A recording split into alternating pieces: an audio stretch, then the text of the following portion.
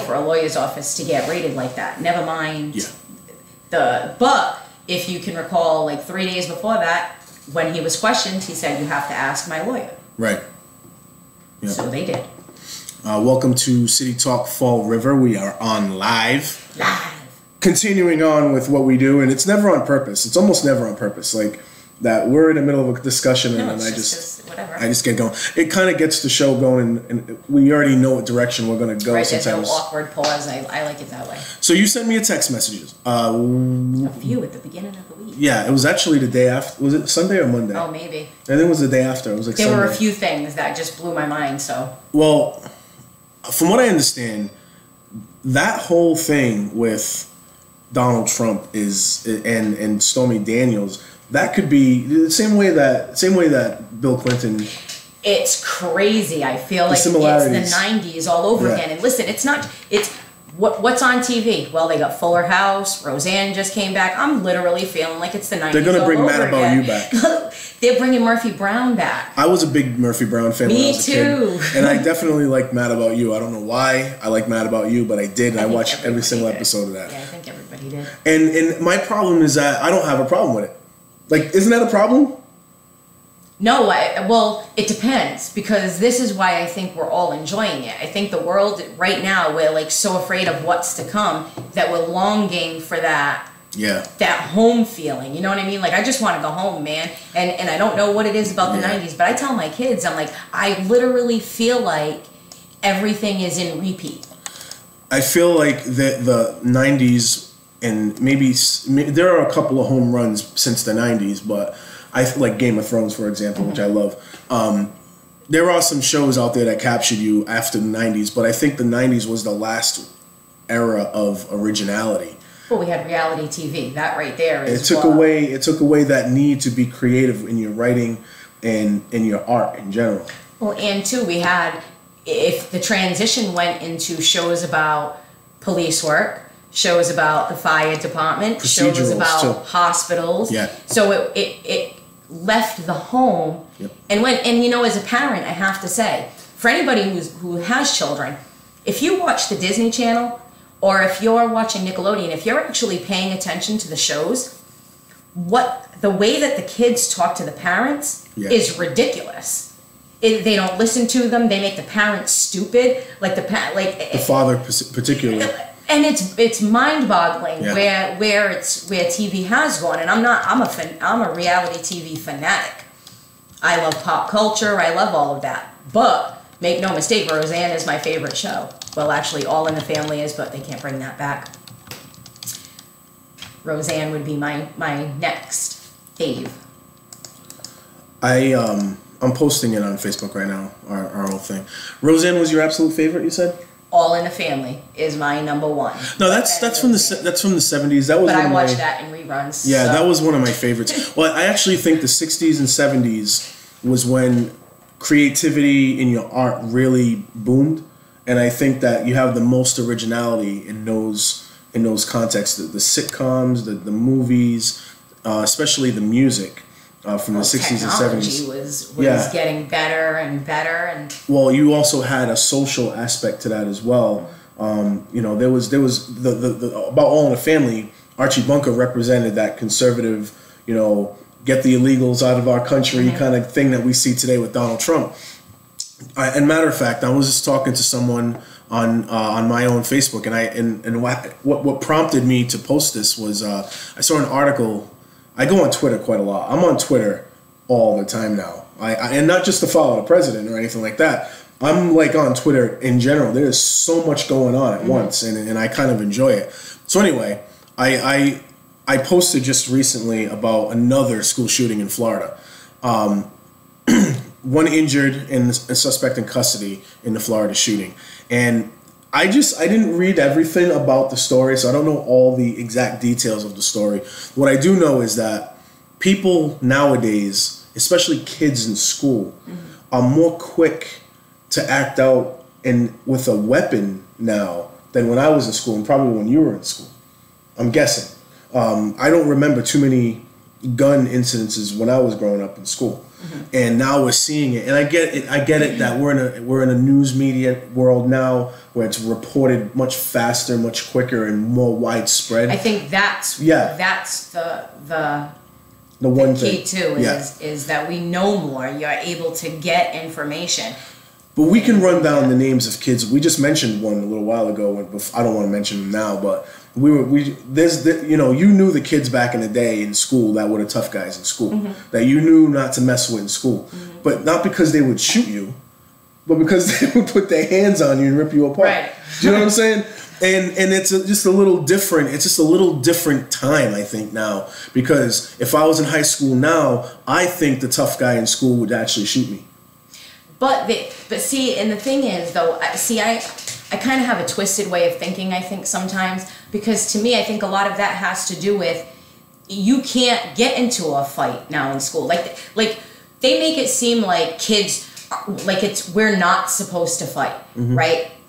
People get into arguments. They're going to get into little scuffles, but it's so like, you're going to get suspended and you're going to get suspended. Too much suppression of emotion. Oh, if this one doesn't like this one, it's because he's bullying it. Like, I think there's just so much that got mashed into taking so much. You can't even give a friend a hug. So, like, you can't hug a friend and you can't, so what can you do? So it's like a suppression of emotion. Yes. Is what you're saying. Yeah. They're not allowed to feel anything. Like, the first thing I tell if you get into an argument with me and you go to somebody else and you're like, oh, we got into an argument, she's such a bitch, right? And that person comes back and says, well, Trot called you a bitch. I'm not going to be like, I can't believe he did that. To me, it's like you were in an argument with me and you just feel like that at that particular moment. But people aren't allowed to feel anymore. You're told what to feel. You can even take it to the medical profession, and the minute that you feel sad about something, or they give you a pill, and they even you out. They call it even you out. Yes, and how many kids are on IEPs in our schools today? A lot. How many kids are on medications in our schools today? Yeah, it's crazy. All right, so anyway, we kind of veered off a little bit, but well, it's all intertwined, though. Well, we were talking about one of the conversations that I had, and it just recently had. I want to respond back, but I'll wait till later. So one of my good friends, mentioned that gun violence. You know, the gun violence is rampant since Columbine in 1999, which he actually said was the 19th anniversary. I believe it was yesterday. Yep. Since then, the United States has seen an increase in this type of violence. But I also agree with you and what I just mentioned before about we have more media coverage and more access to media as well. Yeah. So I think a lot of these things are now just, in the minute it happens, it's on the forefront. Kids have cell phones and are recording it while it's going on in the classroom. You know what I mean? So then you're seeing this over and over in hundreds and hundreds of different areas. However, my right-wing friend jumped on and started to mention that, we need to... It's really about a lack of national pride, and I just want to. His agenda was more about our multiculturalism has created this problem. We don't need more laws on guns. We need to have more laws on illegal immigration and this, that, and the other, and the gangs and all that stuff. It was basic Donald Trump regurgitation. Okay, before I even get into a gun argument with anybody, and I'm going to tell anybody who. Okay, my daughter, who is 14 years old, has shot an AR-15 rifle. I am not against anybody owning a gun. However, I will say this. If you have not read the Second Amendment, do not come to me. Until you read the Second Amendment, because so many people who are fighting for the Second Amendment, they say, I have the right to bear arms, right? I have the right to bear arms. You do.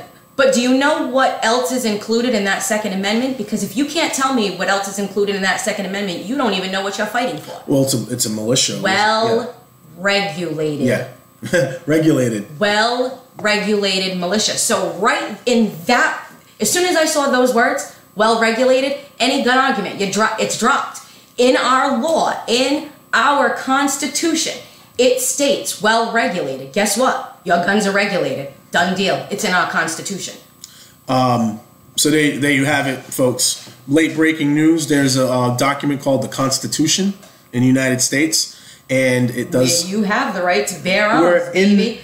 And I will pull up the document so we can. It's long. No, just the Second Amendment. No, it's long. You know what Derek would say if he was here, right? I do. Okay. Shout out to Derek. He would have a "that's what she said" moment. That's what he likes to do.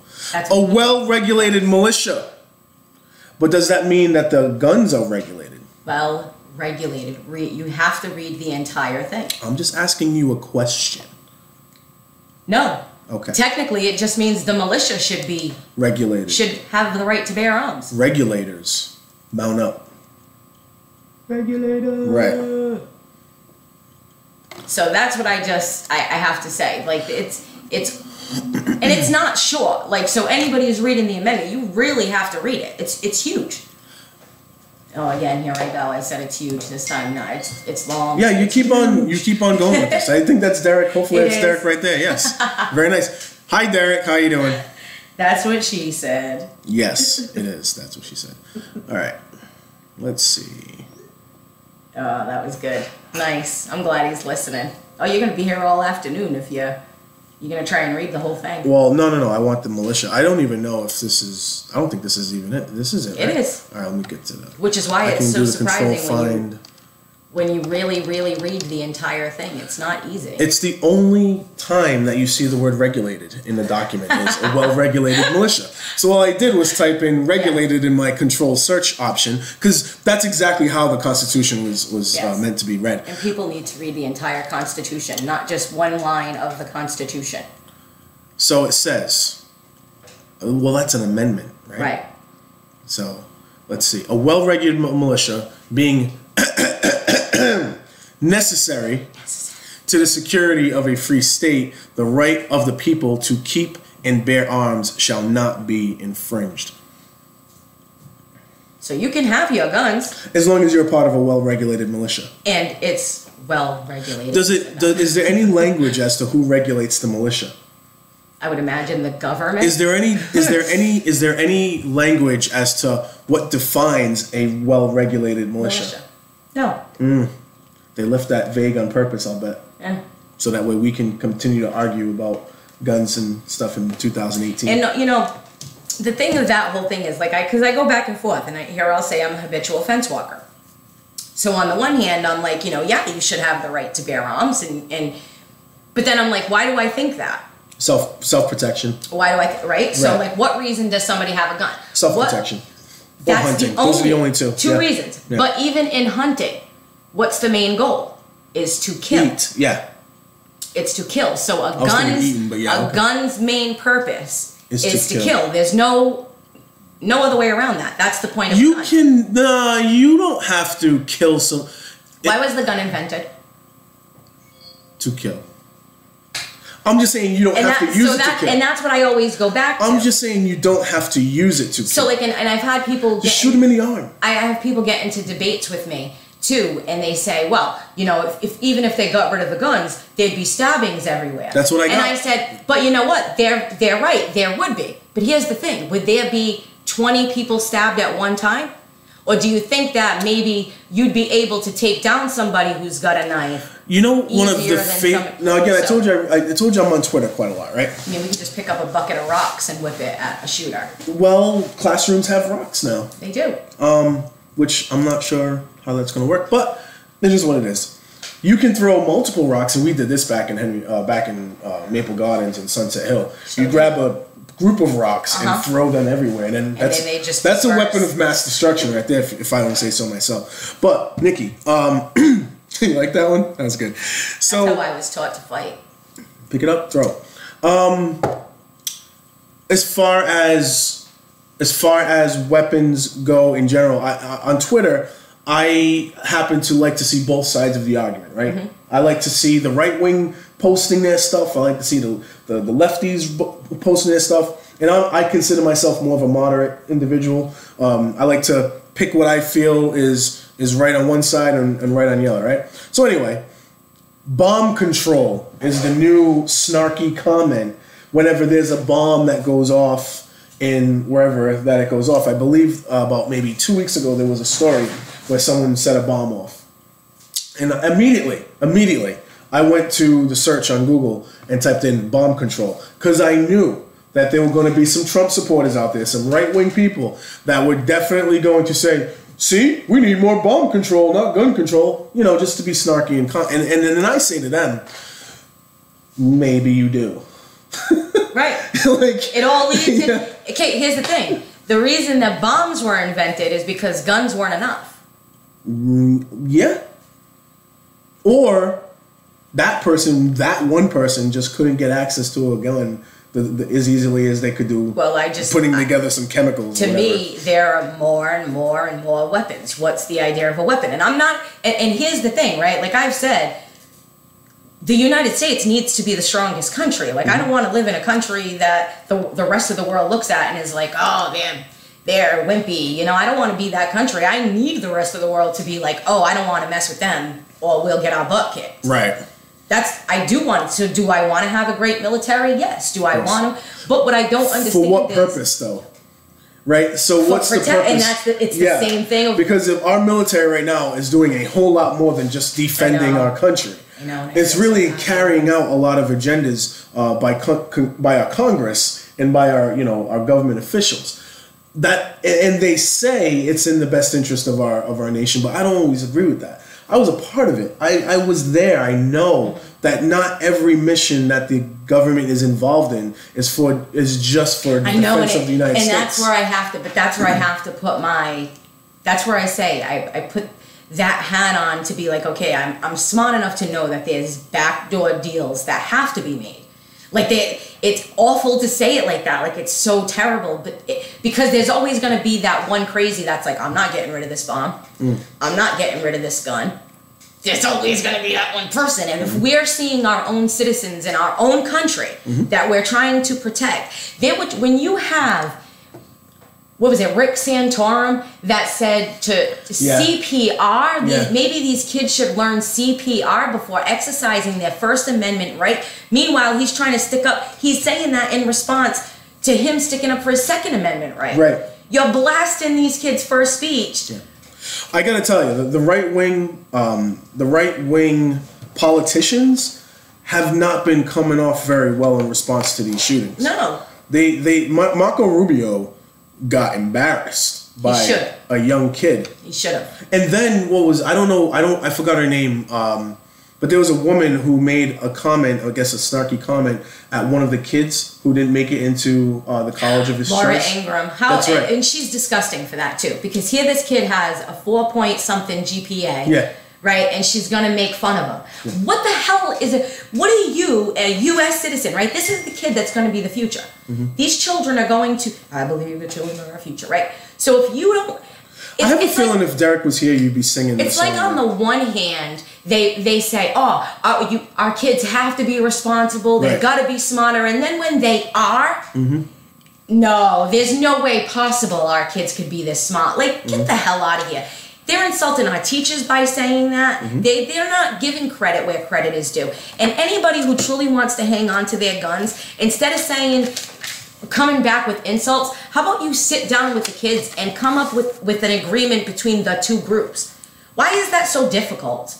Now, she lost her advertisers, Laura Ingraham, right? She lost her advertisers based on this commentary. Now, would you view losing your advertisers as a method of attacking your First Amendment rights? No. Because as a company, if I'm a private business, and that's how I look at it, like say I owned a shoe company and I was advertising on her show, I would pull my money right off. I would not even deal with that, because I would look at her and say, that's not the type of person I want representing my product. I agree with that. I think a private company has the right to give its money to whoever they want. And if that person has the right to say whatever they want, but there is a consequence of losing that advertising. I learned that lesson. Jordan Sylvia taught me that lesson. And I have to say that I'm so grateful for Threw Up in Fall River and all its craziness, because that's the one thing I go back to, right? And he taught me that, is everybody wants their free speech. They just don't want to accept the consequences to their free speech. So libertarianism in this specific topic takes the right wing position to it tasks the right wing position to its full extent. Because if you're only a right winger, and this, again, I'm only talking about the First Amendment here. If you're a right winger, you think that someone's First Amendment right is only applicable in your context. It's not applicable to everybody. Right. And Laura Ingraham, I'm sorry. Laura Ingraham was a perfect example of that, because she's saying that her First Amendment rights were infringed upon. Right. And not realizing that the advertiser was carrying out the First Amendment to its fullest extent. Yes, there are consequences. This is, people say that I can say whatever I want, or where now it's like, oh, you don't want to say that because you don't want to lose your job. Listen, if I owned a business, I don't want any of my employees, even on their own time, out there slinging some baloney, because I don't want that type of person working for me. Remember, I'm not going to. Oh wait, that might be a call for us. Hold on a second. Somebody calling in. Yeah, that might be it.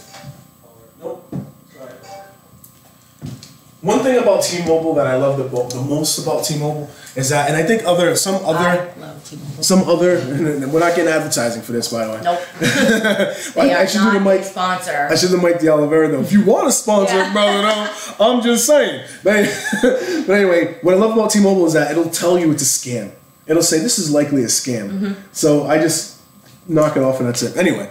Carry on. We're saying about advertisers though. So when it comes to Laura Ingraham, she felt like taking away her advertisers was a shot at her First Amendment rights, but she's only looking at it from a wealthy American standpoint. She's not looking at this from a standpoint of, in other countries, if you speak against certain things, you get your head chopped off, right?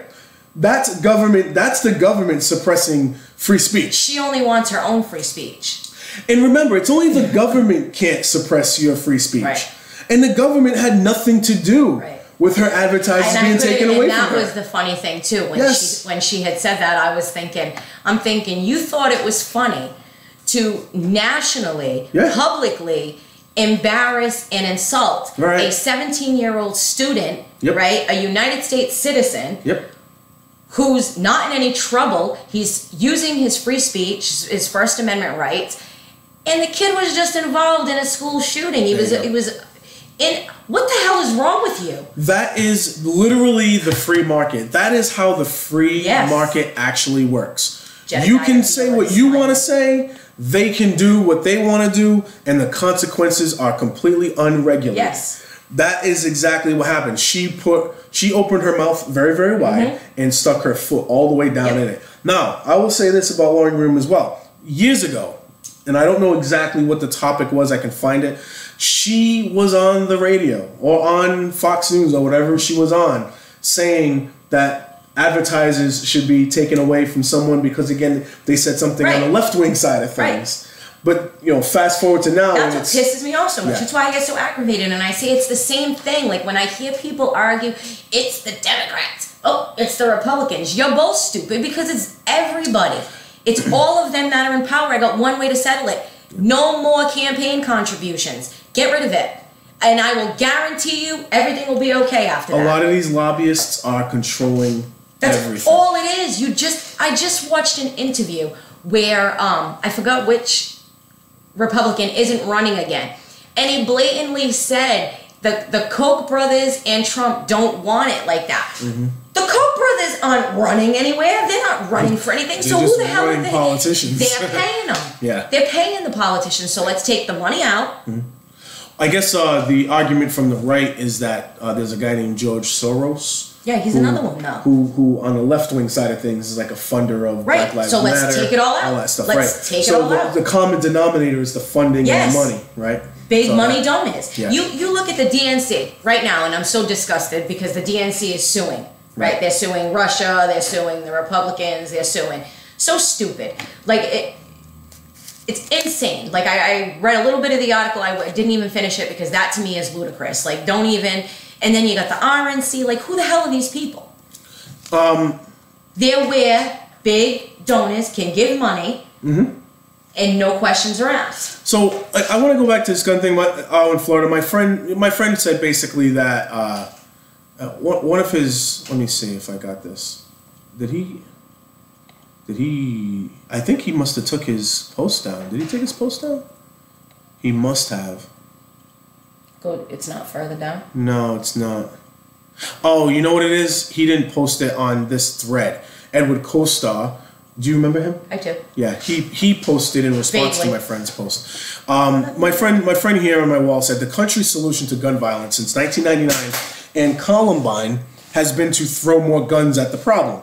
The United States has seen an increase in this type of violence since then. Other countries who encounter similar incidents have enacted stricter gun laws and gun violence has decreased dramatically. Yep. So common sense tells me that over the last 19 years, the way this country has been going about it hasn't been working. Right. So people in the country have to make a decision. Either deal with the fact that high school kids or / mentally unstable people or whoever are able to shoot people or get tougher on sales and possession of firearms. Now, Edward Costar mentioned some things, and one of the major things that he mentioned was that either way we need to increase security in schools. I used to be against metal detectors, but now I've changed my mind. Changing gun laws won't prevent those who are determined to get one. Now, as you can see, there's about 18 replies in between all that. And my only thing on it was I just said that I feel like if, you know, the geography, because he used Australia. Jordan used Australia, not Jordan Sylvia, my other friend Jordan, used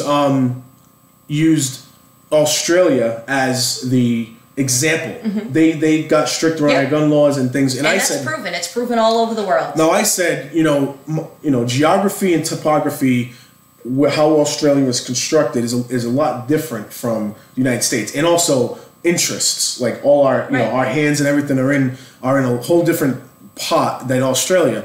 I just think that expecting the same results might be unrealistic.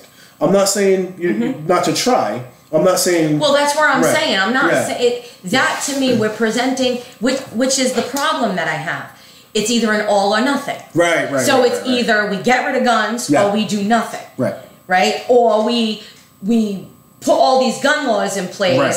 and then I don't understand why everybody's not sitting at the table. Right. I just don't get it. And you know, the big thing about it is laws are different state to state. So I just had this conversation with somebody who is fanatical about gun ownership. Believe me, I surround myself. There are more people around me who own guns than are not. Okay? That's just a way of the reality. And I have these discussions with people all the time about guns. And they can't come up with any reason not to increase to sit at a table, at the end of the day, sit at the table and figure out what needs to be done. Right.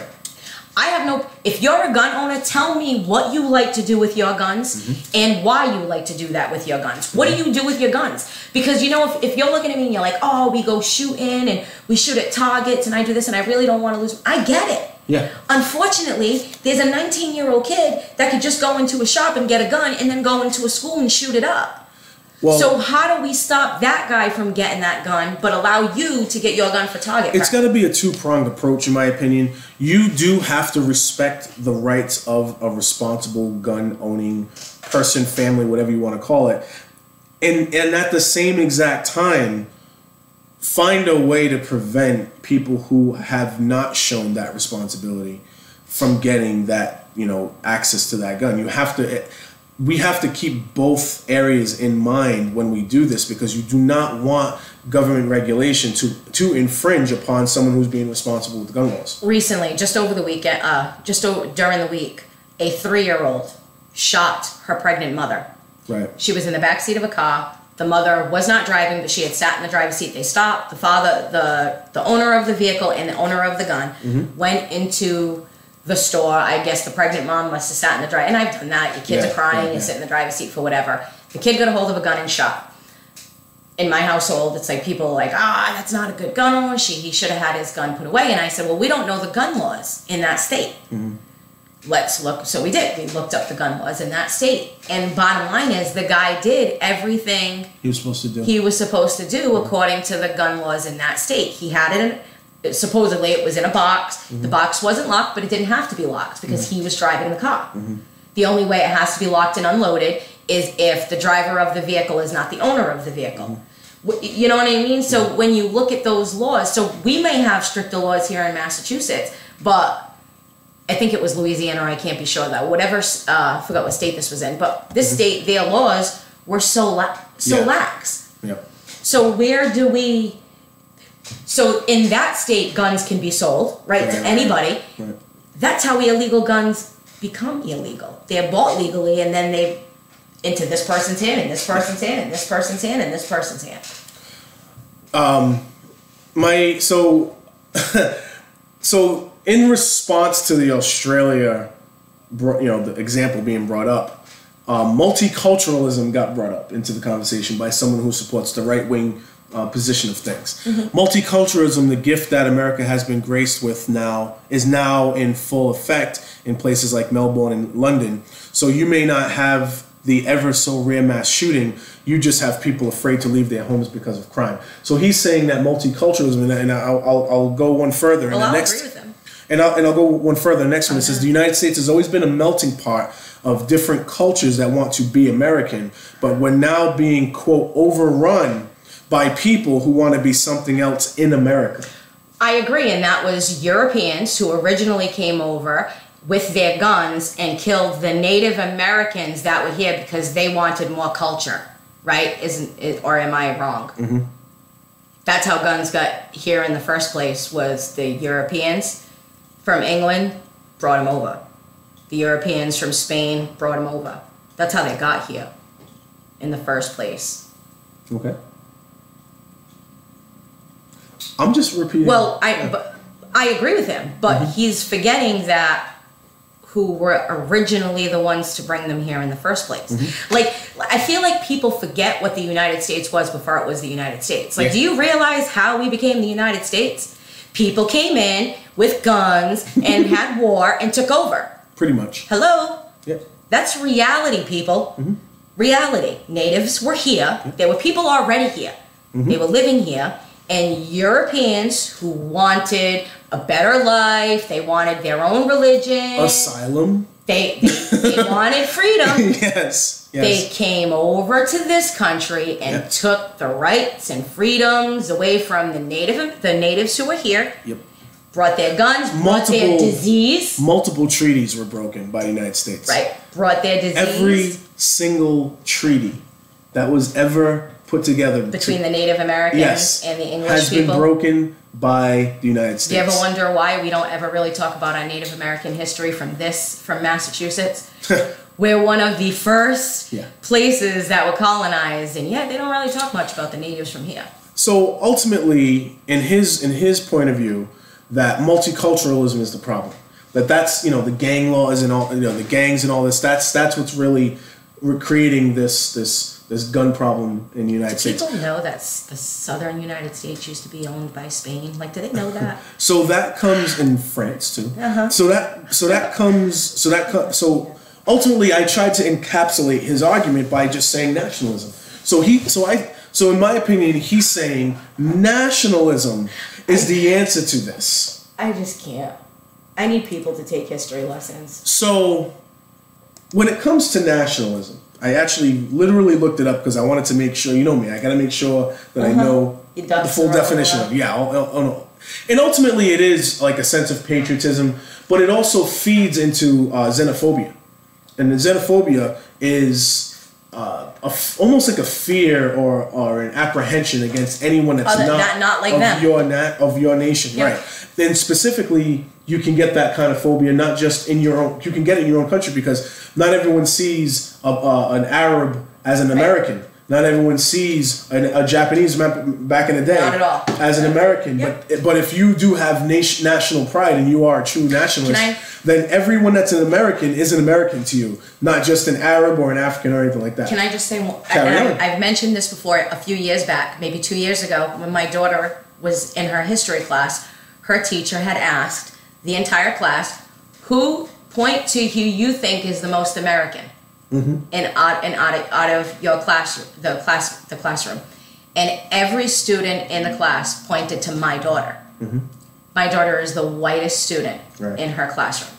Right. And the teacher asked, "Why do you guys think she is more American than you?" Right. And they said because of her skin color and their parents. Yep. Even though they were born here, they didn't feel like they were Americans. The teacher literally had to tell them, "Sweet, you guys are all American." Yep. Like that's not How that is insane. Yep. So we're talking 6th graders, 10-year-old kids, 11-year-old kids who already think that they're not American because they're not white. They're brain trained that way. Or not white enough, because my child just happens to get the whitest white of my DNA and her father's DNA. So she really, really is light skinned.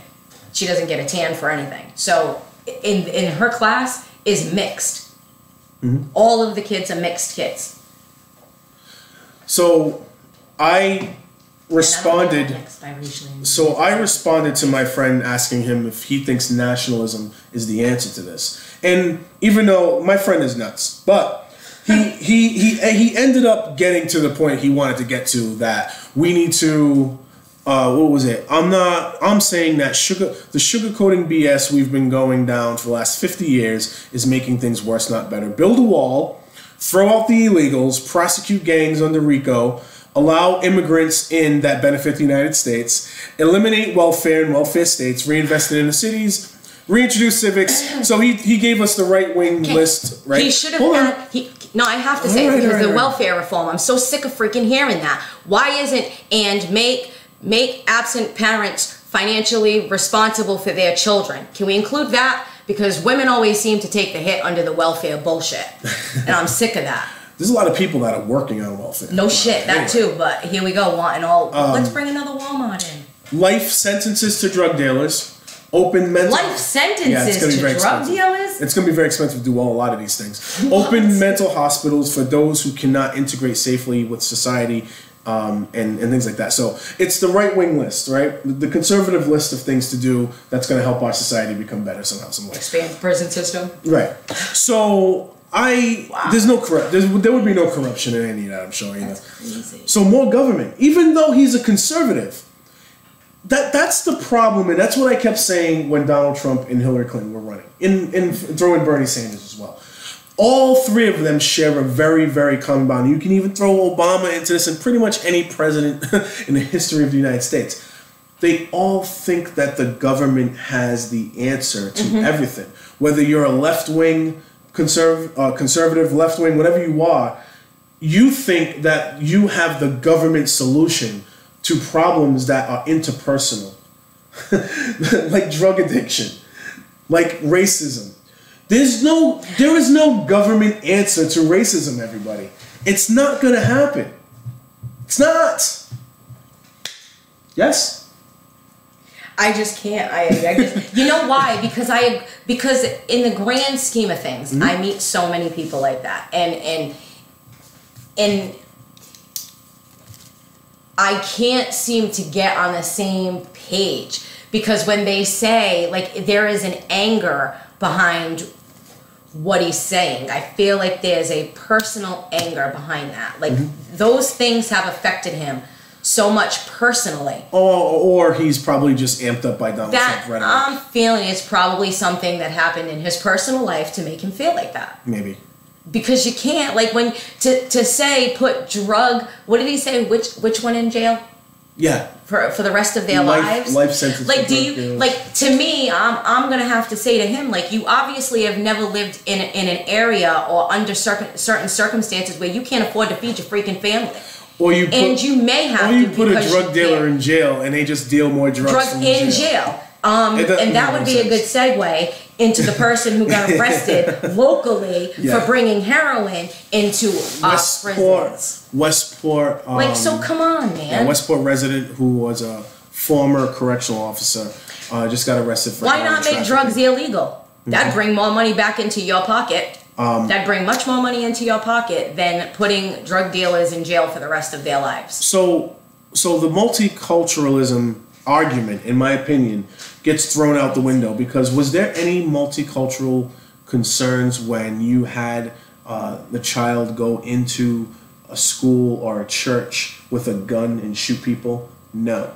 That wasn't multiculturalism causing this act of violence. And if it was, you're saying that the reason why this kid got a gun and shot kids in a church and shot kids in a school and all this other stuff that's going on. Yeah. Kid, I'm not saying their names. Right. But you're like, to be able to say that and that it's because of multicultural. So you're saying that we should segregate ourselves so that way we don't shoot each other? Well, I just don't understand that. There was a kid in Detroit that took a bus to school. And he lost. Well, he was waiting for his bus, but he missed his bus. So he was going to walk to school. He tried to follow the bus route because he didn't know his way. He didn't know his way other than the bus route. And you know how buses go; they go all over the city. And this kid was about 14 years old, so he's a young kid. He's walking. He loses his way. He sees a house. He knocks on a door. Asks the lady, "Hey, I just need directions to my school." You know, she gets belligerent on him, starts yelling at him, yells upstairs to her husband. Husband comes down with a shotgun and starts. He ran, and he's shooting at him while he's running. It's crazy. Now, one could say that multiculturalism was a factor in this. So, are you saying that people like? Was national pride a problem there? No. No, what that tells me is they were taught to fear people of color. Absolutely. Like, how do you? This kid ran. He got shot at. Now the police officer said, actually, the chief said, the man coming downstairs with a gun. I didn't even hear that. Right, I'll show it to you. It's on YouTube. A man coming downstairs with a gun to protect his home where he feels he's unsafe. That's actually okay. Yeah. When the kid ran and he shot at him, that's what he's going to jail for. Yeah. That's what he's going to jail for. He had every right to come downstairs and say, "Get away from my house. Get away from my house. I don't want you here." Kid. He had every right to do that. But he did not have a right to shoot at the kid. And now here's where we say, and here's where, now that kid is always going to fear knocking on a door. He's always going to fear. His father is a military member in the army. Right now, currently overseas in the Middle East. Serving our country, and his son is getting shot at by people, right? In America. Could you imagine? Now, on top of this, you know how I told you I like to go on Twitter. I like to read the comment section of everything, right? So on YouTube, I happened to see this video, and I noticed there was a comment section. There were a lot of, let's just call Make America Great Again folks, saying that this kid's an idiot, where's his cell phone, blah, blah, blah, blaming the kid that got shot at. He did the right thing. He got lost and he asked for help. What do you want us to teach our kids? Like that makes me want to cry. That to me has nothing to do with welfare, with gangs. Do you understand what I'm saying? Gun violence is not in a pigeonhole. It's not in a pigeonhole. So yeah, we do need to come up with some kind of way to protect people from gun violence. But guess what? People most of the time are going to just end up doing bad things, and we have to protect ourselves. That's really what it comes down to. I wanted to get that out. I think it was crazy. Now, that's so sad. Like, I know, it's awful. It's awful. Donald Trump news. You know why it's sad? Because I don't understand how somebody can fear somebody that much just based on the way they look. Like, how do you... And I couldn't imagine a kid being lost. Like, I'm a mom. So, like, I'm thinking if my kid got lost, I would hope that she would knock on a door and then, like, how scared must this kid have been? Like, you know what I mean? So we owe our kids, man. This is some bull. Imagine that. So, we're talking about how the 90s is making a comeback, sort of, in a way, right? You got all this scandal going. Because for 8 years with Barack Obama, he didn't have any personal marital scandal. There was no real story about him mistreating women or mistreating his wife or any of that. And same thing with George W. Bush. He also was very loyal to his wife, and so you didn't get that level of scandal. All the scandal and all the fighting and argument was really about Congress when it came to Barack Obama, his battles with Congress, his battle with Paul Ryan, who stepped down recently. He didn't step down. Well, he's not going to run for re-election, right? He's not going to run for re-election. Boehner and Obama battling it out over policy, Obamacare, all that. That was the real story with Barack Obama. As far as like what was in the news on an everyday basis. Then you had George Bush, obviously, his Iraq War, this dismantling of the economy during the end of his term. You know, a whole bunch of that going on, right? Bring Donald Trump back into the picture. He's now the president, and here comes the scandal all over again. You got the Russia scandal stuff. You got the Stormy Daniels scandal stuff. Just recently, Stormy Daniels' lawyer, and I think his name is Michael Avenatti. Michael Avenatti? Yep. Yes. So Michael Avenatti, he's a pretty charismatic guy. He's a wise ass kind of a. Great. Yeah, he's a little bit of a wise ass. Jordan. Yeah. So he raided the lawyer Michael Cohen, who was. He raided? Not him personally. The FBI raided. But based on the case. Let me just finish sentences. I know, you said he raided. Well, no, he didn't exactly do the raiding, but based on this whole investigation, there was a raid from the FBI. Of Michael Cohen's office, right? So one of the people, I guess Michael Cohen has been protecting some people out in the AKA the fixer. Right.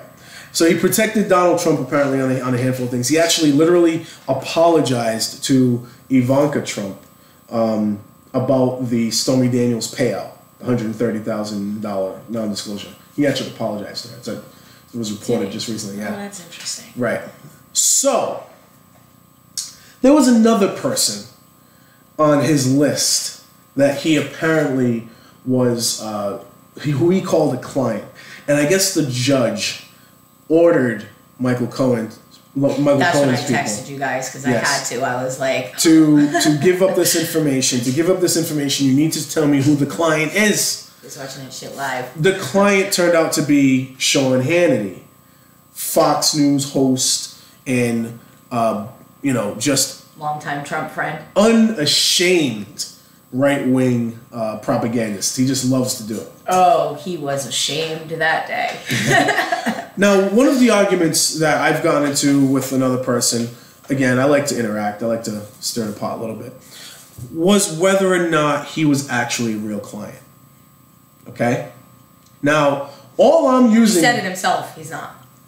All I'm using is the facts of what has been presented to us through the media. That's the only way we have access to anything is through the media. I'm not even taking it through the media. I'm listening to what came out of Sean Hannity's mouth. So Sean Hannity actually contradicted himself in that statement, because I literally posted his verbal, what he said. He said that I gave the guy $10. That I assumed we had. But he didn't say it originally, because he originally responded on his radio show right away. Mm-hmm. And the first thing he said was he was never a client. Mm-hmm. About 20 minutes later, I gave him $10. I gave him $10, and I assume there was attorney-client confidentiality.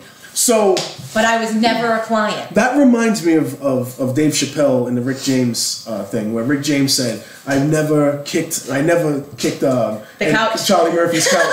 And they're like literally seconds later. Charlie Murphy. Yeah. Then seconds later, couch. Anyway. Yeah, dirty the couch. Absolutely. So again, I go back to the fact that he did contradict himself. He literally came out and said, "I almost exclusively never had any, legal, advice or contact with Michael Cohen." And there was no third party. And it was mostly exclusively related to real estate. Right. So either way, no matter what, Michael Cohen, there is evidence that he was a client of Michael Cohen's. And on top of that, Michael Cohen's own people named him in court. So you have Michael Cohen's people, because it wasn't Michael Cohen himself that said Sean Hannity, it was his representatives, right? I don't think he is a client. There's no evidence showing that he was a client. So he says, so they said Sean Hannity. Then Sean Hannity claims client privilege or client confidentiality. So that might just be Sean Hannity not being correct. No, he's not a client. Okay. There was never any work. So then why would they name him in the court? Because he contacted them. When he heard about the FBI raiding, he contacted Michael Cohen and said, "Please do not say my name." This shit's going to be embarrassing. I don't want my name to be brought in it. Why would he not want his name mentioned? Because the only time Michael Cohen's involved is when there's an affair. Right. And it's not even, it's literally an affair. It was I think it's $1.8 million that he paid out to another woman for having an affair with one of the head guys at the RNC. Why would he not want, if he knows he's not a client, then why would he contact them and say, don't mention me? Because they raided all the information, and it came to light Michael Cohen was recording his conversations with people. Nobody knew what Michael Cohen was doing. When the FBI went into Michael Cohen's office and they got all that information, then the leak started, right? So now they're finding out what kinds of information the FBI has.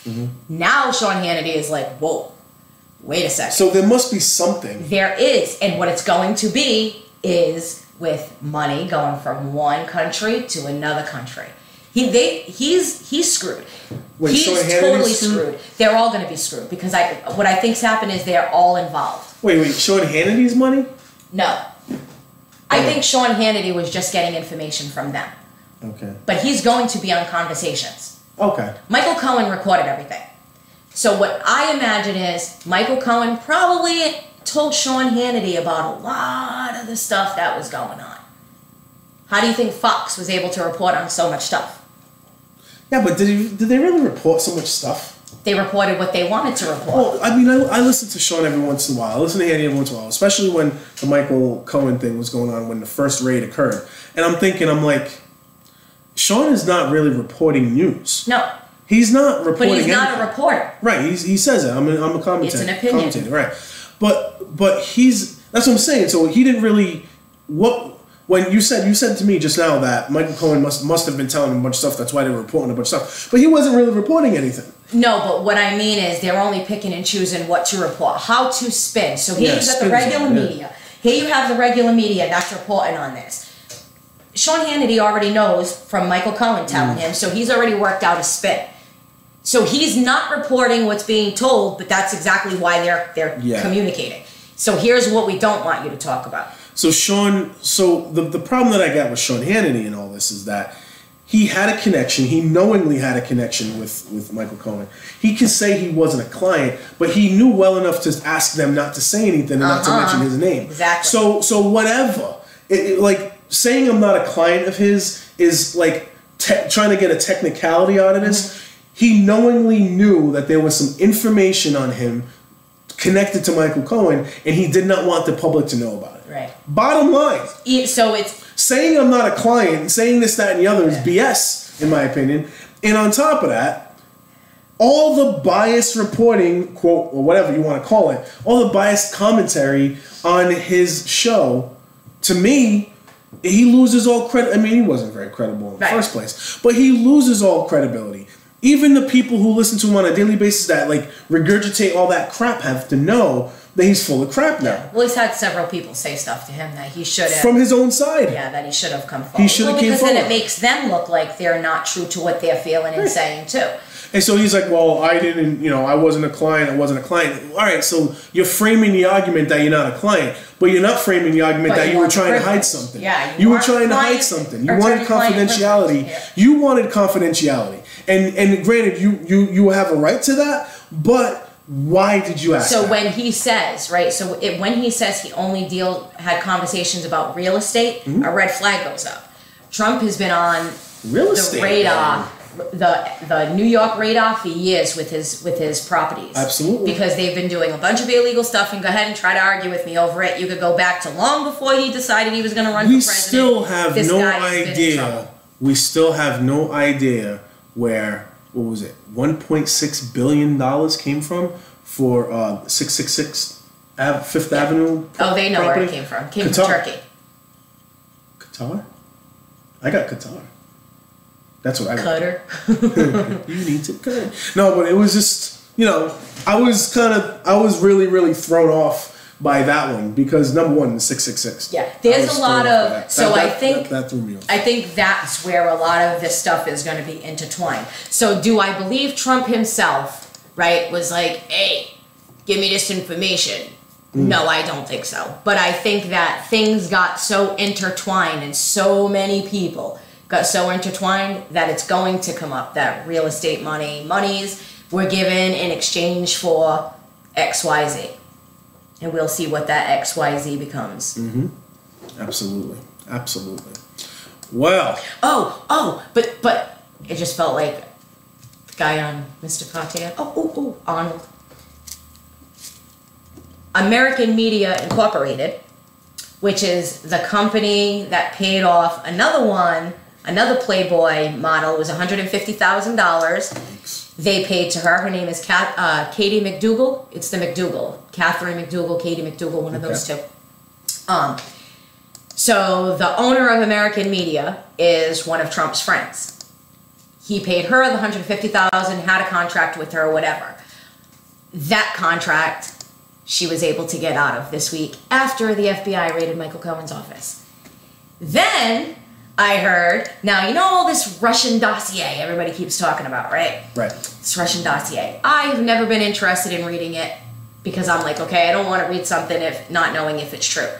This week, Mr. Michael Cohen dropped a lawsuit against Fusion GPS, which was the writers of the Russian dossier. Mm-hmm.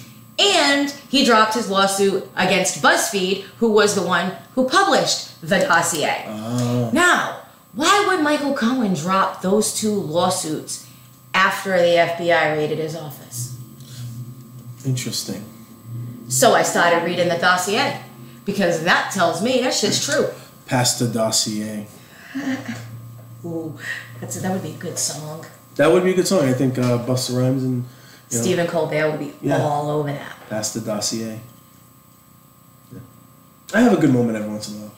Once a year. Did you read any part of the dossier? No, not at all. Okay, I never did either. And then yesterday I read a little bit of it. Mm-hmm. It's so gross.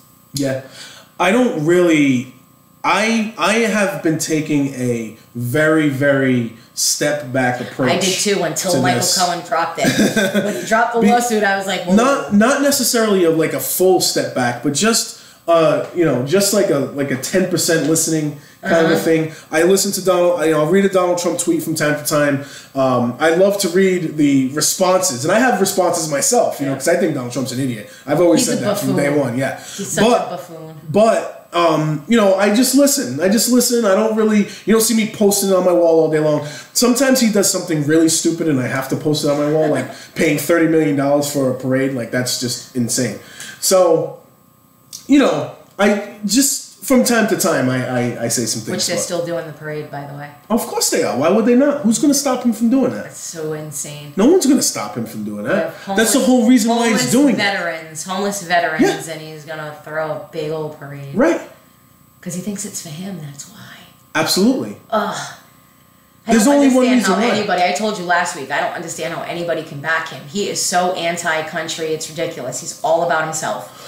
Well, yeah, he says America first, and that gets a lot of nationalists. Yeah, because that's very worked up. Yeah, but that's, they love that. But he ain't. He's about Trump first. He says America first, and people love that. And I'm blown away by the religious. I'm blown away by the religious aspect of support that he gets. I'm not. I know exactly why he has it. Abortion.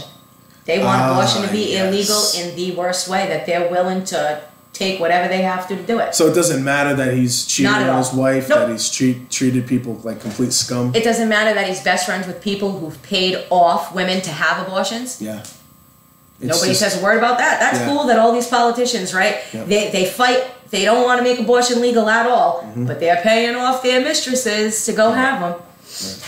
So that's what that's all about. So don't let that surprise you. Yeah. Bad.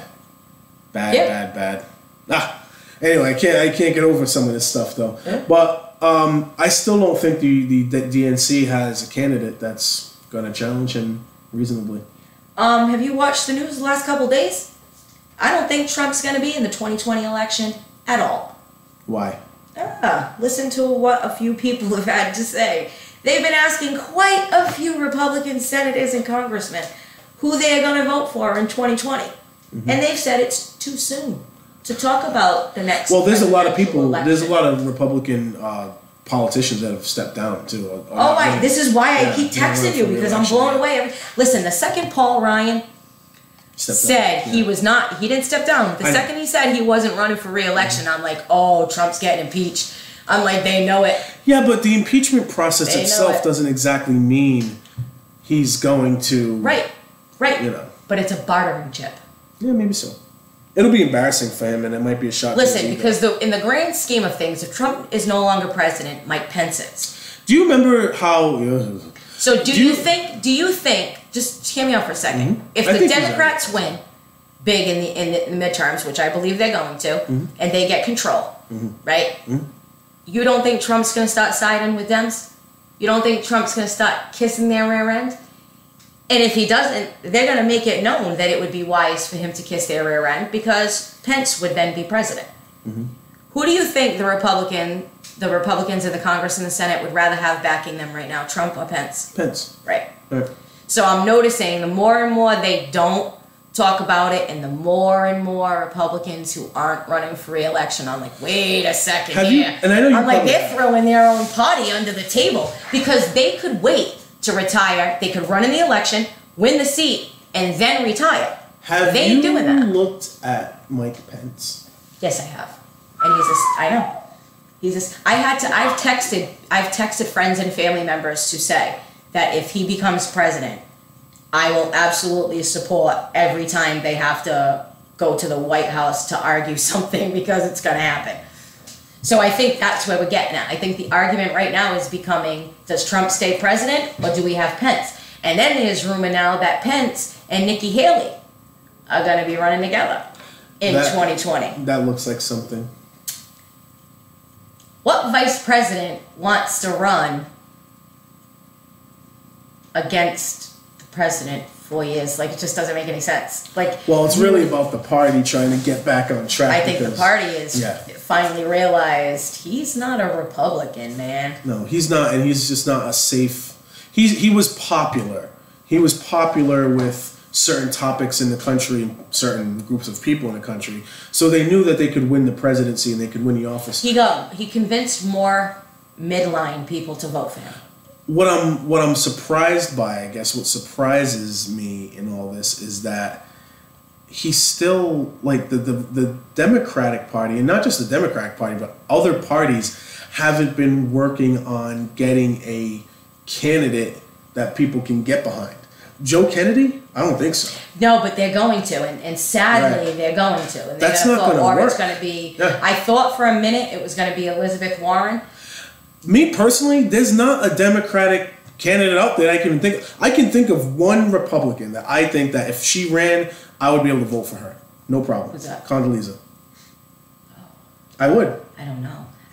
I'm so midline with people. I'm pretty sure I could get myself to vote for her. I don't think there's anyone on the Democratic side that I could really say that's a good candidate. I could vote. I could see myself voting for this. This would make it a tough decision for me.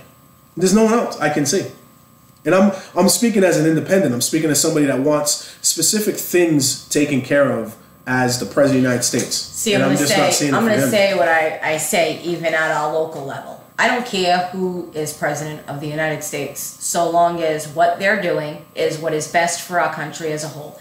And with Trump in office, no matter what, all these little arguments don't mean anything to me. Mm-hmm. Okay, when I'm sitting here in my own country, and trust me, anybody can say whatever they want about foreigners and people, immigrants. I'm going to get real for a second. I'm third generation American. Mm-hmm. Okay, and as a kid, I wanted to learn Portuguese. Mm-hmm. And I was told I couldn't. I would ask my great-grandmother to teach me. No, because you're American. My family taught me what it was to be American, and they were damn proud to be American. Mm.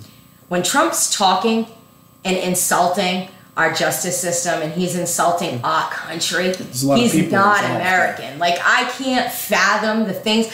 He insults. How do you insult every American institution? Mm.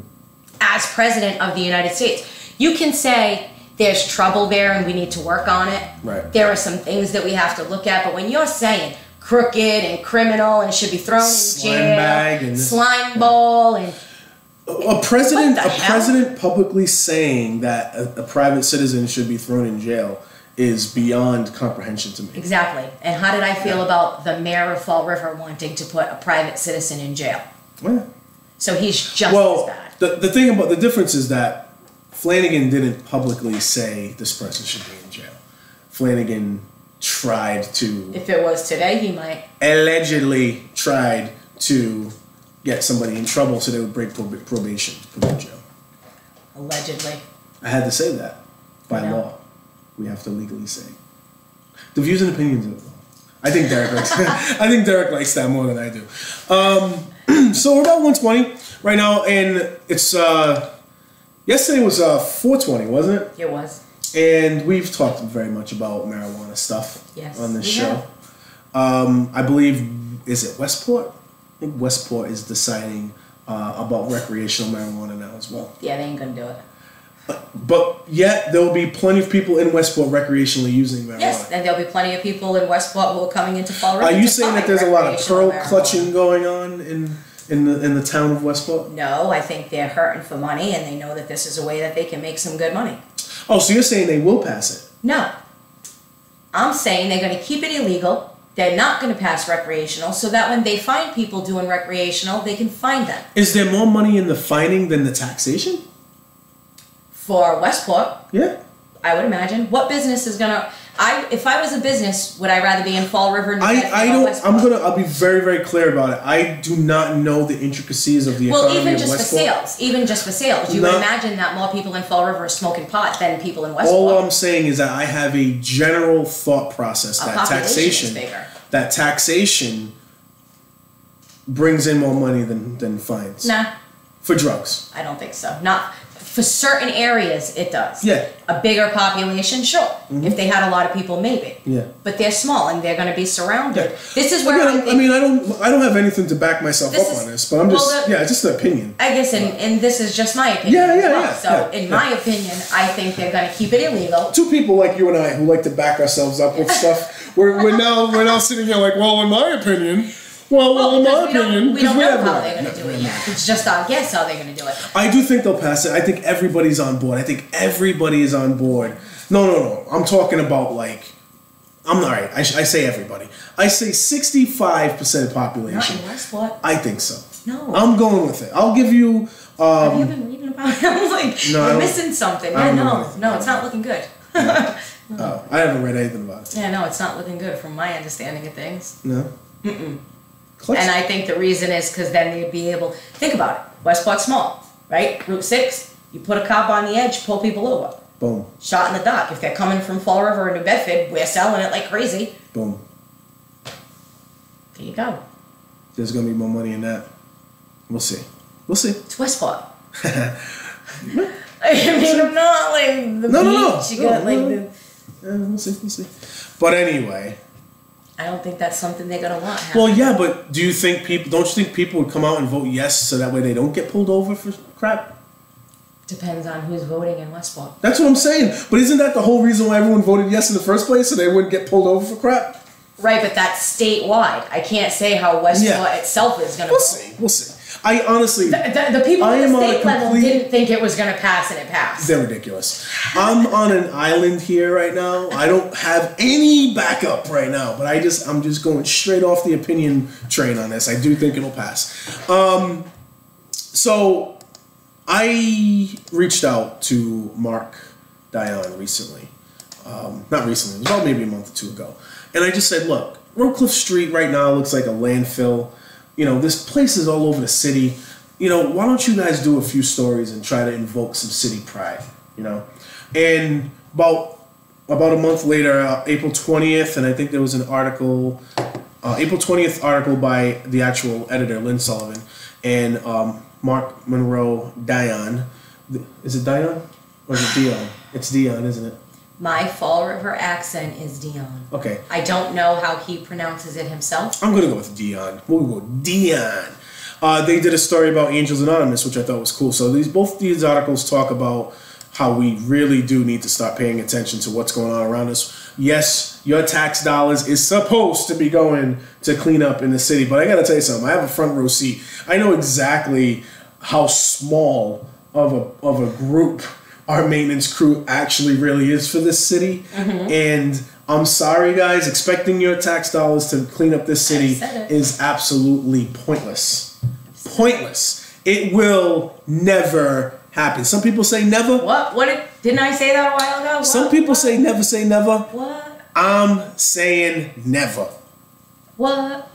Unless there is a strong restructuring of how we spend our tax dollars in this city. Never It's just gonna not happen. Never gonna happen. Never gonna happen. Never gonna happen. Never gonna happen. Never gonna happen. No. All right, so we're done. We're done with that. So I'm not going to read these articles. I'm not. They're in the Herald News. You know who they are and what they do. Angels Anonymous. I love those guys. I love the guys that do the CCFR stuff. I appreciate everybody that goes out there and does what they do. I don't care who you are. You could be, I know a lot of people that I do not get along with politically in this city. And if they happen to come to a cleanup, I shake their hand and say, thanks for coming. Truly. Because we need that. We need, I don't care who it is and what they are, we need more involvement. It's a horrible, horrible, horrible mess of the city right now. And it really takes away. You were saying that roads take away from going down to a nice area like the South Coast It's the same thing with trash. Right. A property in my neighborhood for years has been, and people who own, there are many people who own properties in Fall River and don't take care of them. What do you? Yeah, that's just like ridiculous too. Like we'll continue. Yes. So a house recently was purchased in my neighborhood. Yeah. Right. A mess. A total mess. Yeah. A total mess. Trash everywhere outside. For weeks they left it. They finally cleaned it up, but it should have never taken. Was that the one that had a sign of someone's? Yes. Okay. Yeah. And they found a whole bunch of needles. Yeah. In the basement. God.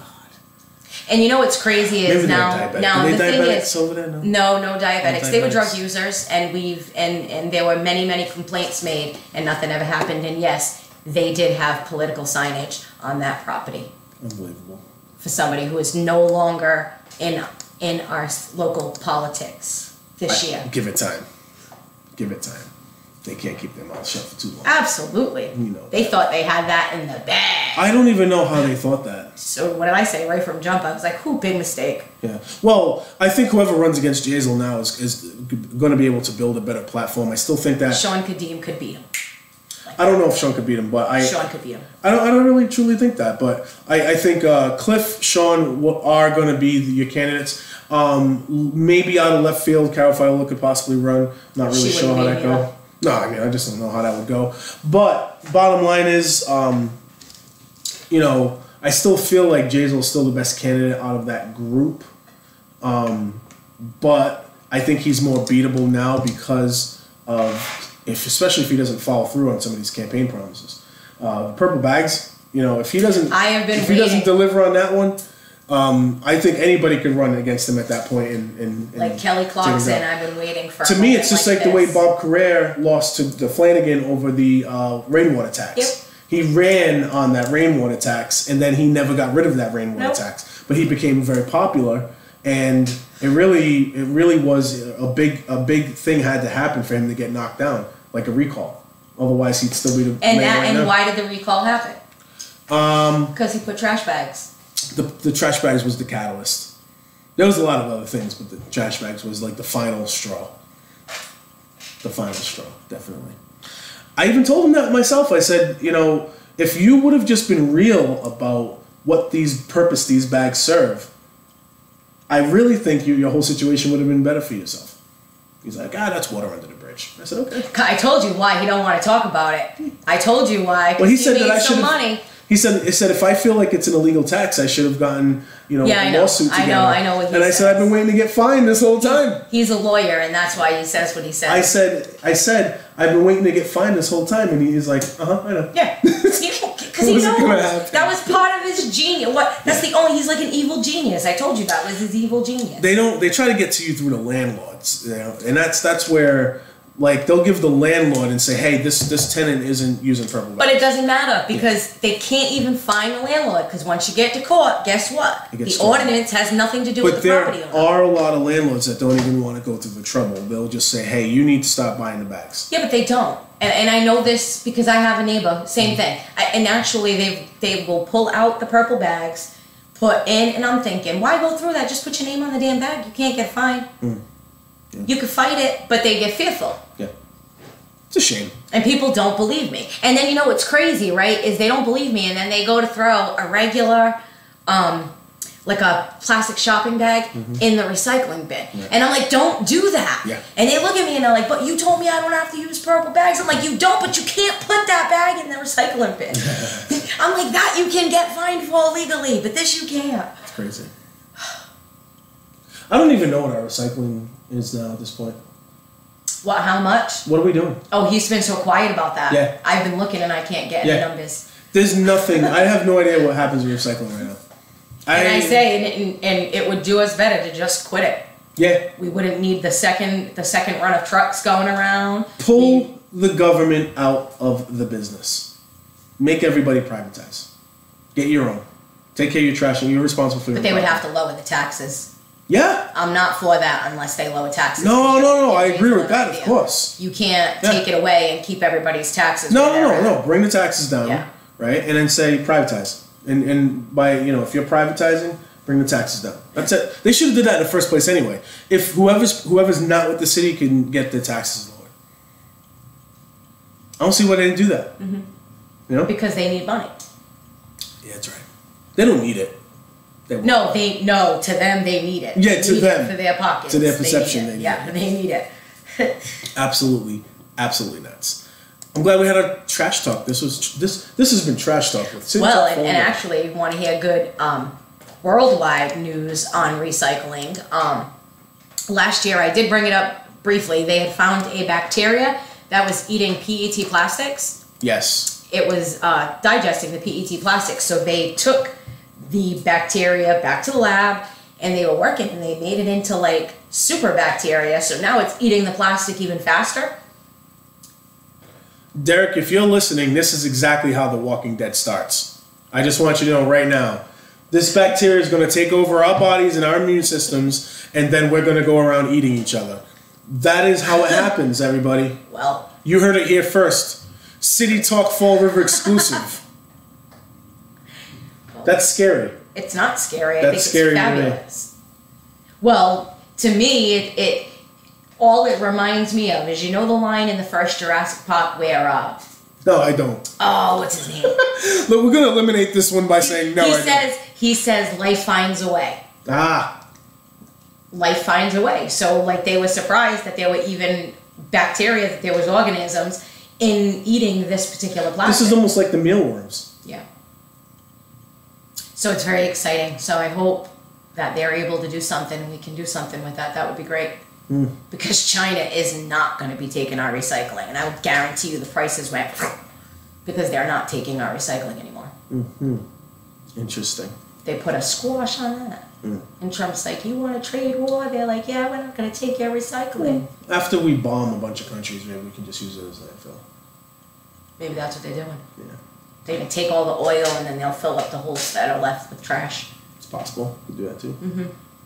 There's so much. The possibilities are endless. They are. Yeah.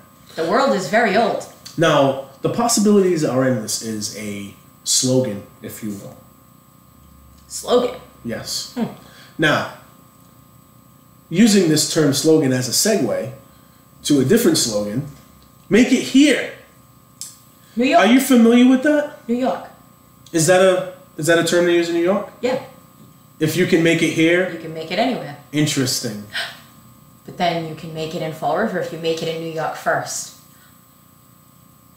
If I can make it there, I'll make it anywhere. I just let her have her moment to do it because why would I interrupt her? Isn't that fun though? For Derek, it's fun. For me, it's whatever. I'm just awful at it. Make it here. What is it? $90,000? Was it $100,000? It was free. It was not free. No, well, right. It was not free. The taxpayers of Fall River paid $100K for this, right? It's been more than a year since Jazel Correa launched his much anticipated branding campaign, Make It Here, with little fanfare since. You gotta love Joe Good. It was the same thing Bob Correa did. Yep. What was it? Was it when Will he Try? stamped with a Will Try on the bins, on the garbage bins, the carts. The Will Try is really bad. Like, Make It Here is and he stamped it on there. Make It Here is but Will Try. I don't want it put anywhere. No bueno. I don't want it put anywhere. Make it here. What's made here? All right. This is actually great. The administration now is introducing a program to take advantage of the logo that will give local business owners a chance to sponsor decorative banners to be hung on new lighting at the site of the mayor's so-called Streetscapes initiative, meant to improve and beautify certain selective areas in the city with the city's Make It Here motto on display. And they gotta pay for it. Come on. They're gonna sponsor.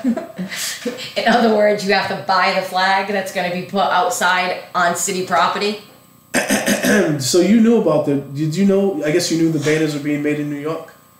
I did not. Well, this is funny that you were saying I did not. I swear to God on my mother's soul, I did not. Don't even tell me that they're being made in New York. This is very, very funny. Don't even tell me that these flags are being made in New York. This is very, very funny that you say this. Swear to God, they're being made in New York. I did not read this article. I like to read ahead a little bit. Go ahead. But the banners won't be made in Fall River. No. Why not? Community showcase banners of Rochester, New York. No. You're kidding me. Approach the city with the idea. If I was running against Mayor Jazel Correa right now. So now that song, I'm totally I'm going to tell you this right now. I'm never going to run for mayor. You guys know I'm never going to run for mayor. But if I was running against Jazel right now, I would totally use this article as one of my favorite. We have plenty of places who could be making these flags. Approach the city. So let me. That's like no. That's a slap into Fall River's face because we're famous for textiles. This is what we're famous for. We are famous for this, Jazel. What are you doing? What the hell? They could have had the kids at Diamond do it. What is going on? My God.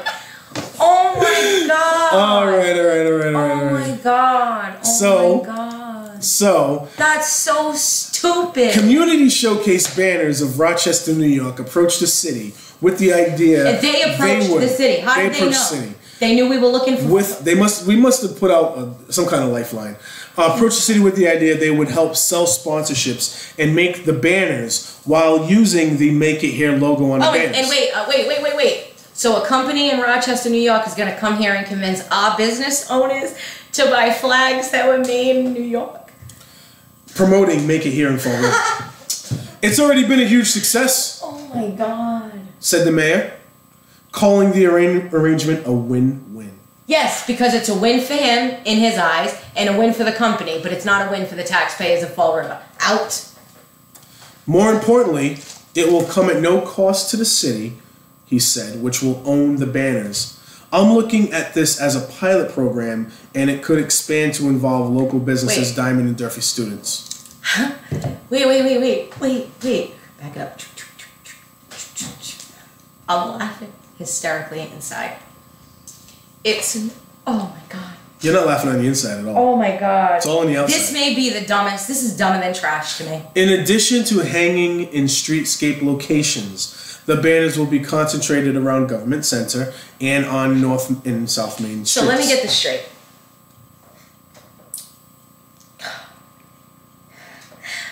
The flags are being made in New York. Rochester, New York. The flags. Community showcase banners. The company is going to try to convince private businesses in Fall River to buy the flags. Mm-hmm. And Jazel's going to take credit for that. They're going to put them around the government center. We're going to put the flags around the government center. So businesses are going to sponsor the flags. Introducing a program to take advantage of the logo. After you just increase their taxes. And if I'm not, and they're going to be increased again. They shifted the tax factor on the property owners, not they did it the other way. Yeah. Well, that's because they knew we just school, voted. Right. The school is going to voted. hit commercial taxation very hard. Yes. They're not buying flags. Who the hell is going to buy a flag? I think they'll buy it. In exchange? Yes. Slime. You're a slime ball. How do you find that out? The signs are meant. Calling the businesses out. The signs are meant to replace the mismatch of existing banners. How far-reaching the new signage will go in the city will depend on demand, he said. Local businesses received an invitation from the mayor to participate in the Streetscapes banner program through communications from the project manager of Showcase Banners. Special Assistant Monica Souza has been implementing the program and hit the streets herself, talking up the program and providing information. Businesses who sponsor a banner will also have their company's logo added to the Streetscapes banner feature. That's what it is. And, I said that's what it is. So they're buying it's an advertisement. And on a first-come, first-served basis, be able to choose their own light pole where it will be displayed for a minimum of 1 year. On their company website, Community Showcase Banners indicates as created hundreds of banners for municipalities around the country in an effort to beautify the city landscape and instill a sense of pride within the community. Yes. So, all right, I would say that this was a great idea I would say this is a great idea if a Fall River company was making money off of it. Not one Fall River company is making money from this idea. You're going to see the signs on Purchase Bank Street. Hey, make it here. Pretend. Fake news. Yeah.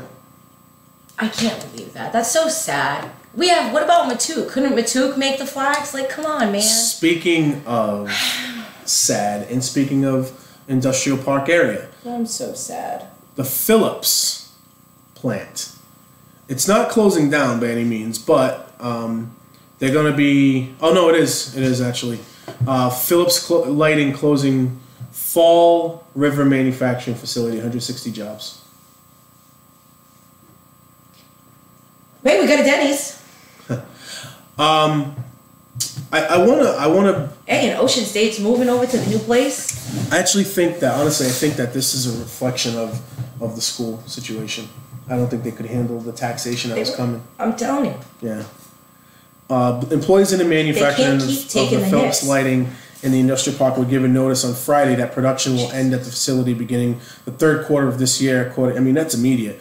Melissa Cantor, the head of communications for Phillips Lighting, and the affected employees were notified at 1 p.m. during a town hall meeting at the facility. The closure of the manufacturing side of the facility will affect 160 workers, and the transfer will be completed by the end of the first quarter of 2019. So it's very, very quick. They're out. Research and development will move to Canada. Production will be moved to Mexico. Jesus, this is what I'm saying. That's Trump and his trade deals. He thinks he's making it. I'm telling you. Do you think this was Trump and the trade deals? I'm thinking it's the taxation. Well, it could be a combo of both. It is taxation. It's taxation on a federal level and on a local level. If they're getting hit locally, right, and then they're getting hit with panels or other things that are coming in from China because they're a lighting company. They're a lighting company, so it's obvious that they don't want to do it. Well, people have been saying that this has been happening for a long time, that this has been going on for over, the span of a few years now. Let's see this. In explaining the closure, in explaining the closure, Cantor pointed to the changing lighting industry, I guess the overall industry, and said by email, the industry is transforming at an accelerated rate. We first saw the shift from conventional lighting to LED, and now we're seeing the shift towards systems and services where lighting is being used as an information pathway to cities, offices, retail, and home. This is against a backdrop of increased competition in the market. This decision, while difficult, is part of our plan to drive operational excellence, enabling the company to optimize production, which you know what that means, and supply in order to remain competitive and provide our customers with the service and quality they expect from us. So basically, it's getting too damn expensive to keep up with technology, and we have to find cheap labor as quickly and as efficiently as we can. And that's really what it comes down to. We remain committed to the brand and producing high-quality products, blah, blah, blah, blah, blah. Carl Hetzler, president of the Fall River Industrial Association, Carl Hetzler was in that article. He was the one that informed us how badly the businesses. Yeah, how badly the industrial park specifically is going to get taxed due to the school. But he still felt like voting yes to this school was the right thing to do. Again, and even I got caught up in saying voting yes to the school. You weren't voting for the school. Right, you were voting for the tax. Yeah, the debt exclusion. So anyway, let's see. I just heard the news 10 minutes before. So he just heard it like 10 minutes before being contacted by a reporter. So he didn't even realize. He said, it's devastating to hear such an important employer in the industry park is leaving. It's a tremendous loss and a shock. So this was not something that... Like some people are saying, oh, this was on its way, but people in the industry in that area are shocked by this. So they didn't see this coming. It's very unfortunate, very unfortunate. Now, it's sad. Let's see this. Now, what is being done for the 160 people who are being laid off? Just unemployment, that's it. No, the city isn't going to come in and try to provide any assistance for these. There's 160 people. If 80 of 160 are homeowners, then what? They're building. You know how I said they keep building all these new homes, and it makes me happy to see them. But who the hell is filling them? According to city property records, the facility at 631 Airport Road has a total value of $10.8 million, sitting just under 31 acres of land. Jazel Correa said he's already been in communication with the Bristol Workforce Investment Board regarding aid for the affected workers. It's certainly disappointing. Technology is certainly ever changing, and it's imperative to provide training to meet those changing needs. So at least there's something that I didn't realize the article wasn't over. I thought it was done. They could be leaving so someone else can buy. Yeah, maybe somebody else will come in and buy up that property. We'll see. Wonder if they got a good deal. We already know that there's some mystery company buying acres of land out that way, so we'll see. So we'll see. It's not a mystery. It's not a mystery. After too many shots missed, Fall River officially ends deal with ShotSpotter. Now, I think that's such a mistake. Now, I gotta say, ShotSpotter specifically brought me joy during the Linda Pereira campaign. She struggled saying ShotSpotter.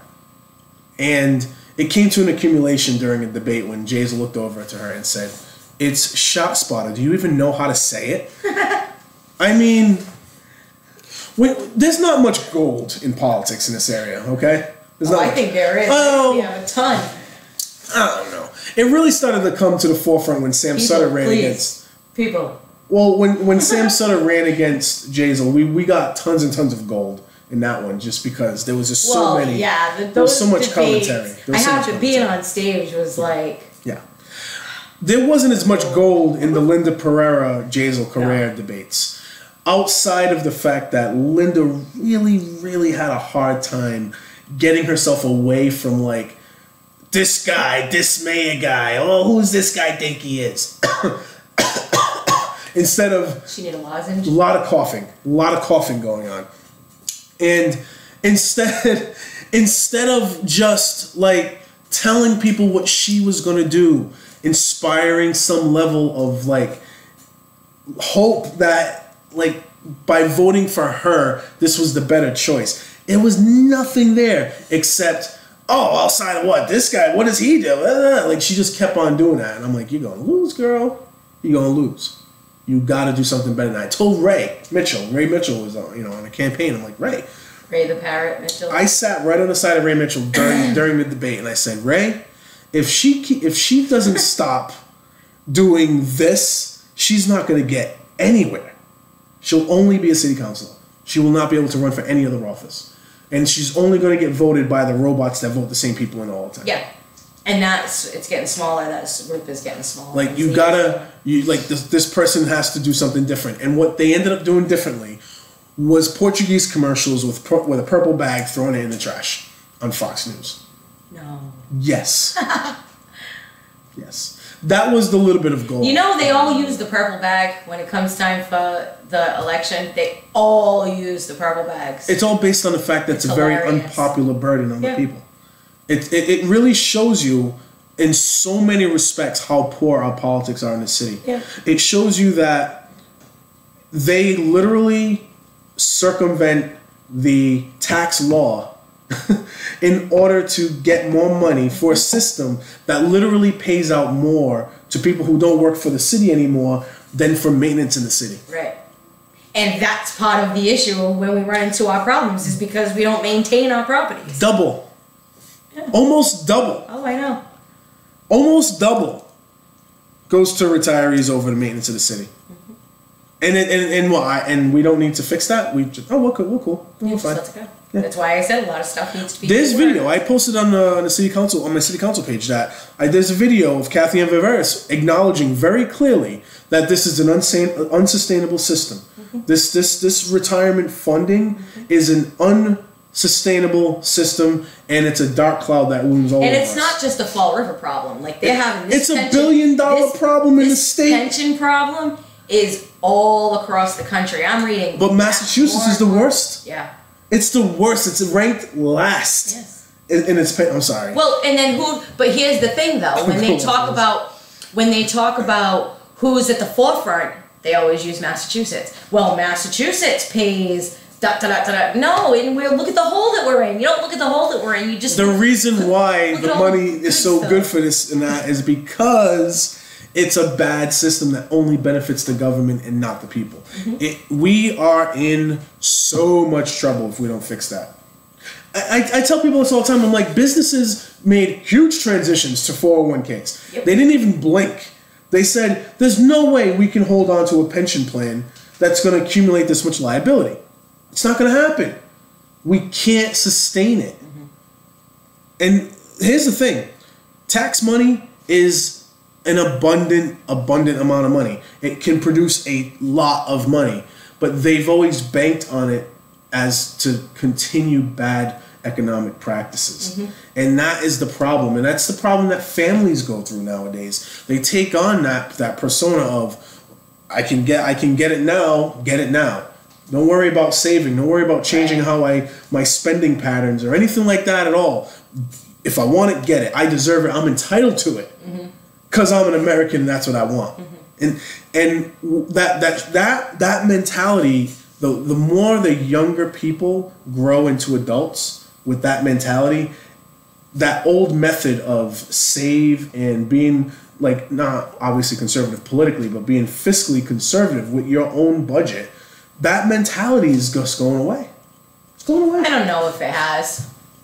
I know a lot of kids. No, I really do. I know a lot of kids who do right, have savings. Oh, I have no doubt that there are people out there that do it. But I think we live in a world of excess. We have more debt. We have more individual debt per family, per household today than we ever had.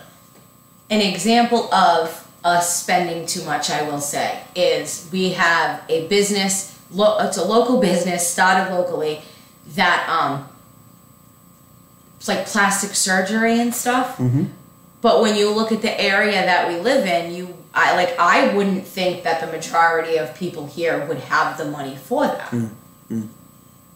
So you know what I mean? Like, it's going into stereotype land for a minute, just for a quick minute. Mm-hmm. What stereotypes out there, like what nations, what races, whatever you want to say, have reputations for saving money? What general consensus? Rich people. Well, I'm saying from a standpoint of, okay, from me, because I don't look at it as a race issue. It's rich people. Well, old rich people that are banking their money. The Waltons. I agree with that. The businessmen that we'll just go down that road because I'm thinking of stereotypes and I'm thinking of culture. But don't even think about that. Go with that. Rich people. The class. The class thing. So from a family perspective, usually, how do they eat when they save money? That group of people, when they save money, how do they eat usually? They still eat well. Do they eat out? Yes. or do they make a lot of big family meals? No, they eat out. Okay, all right.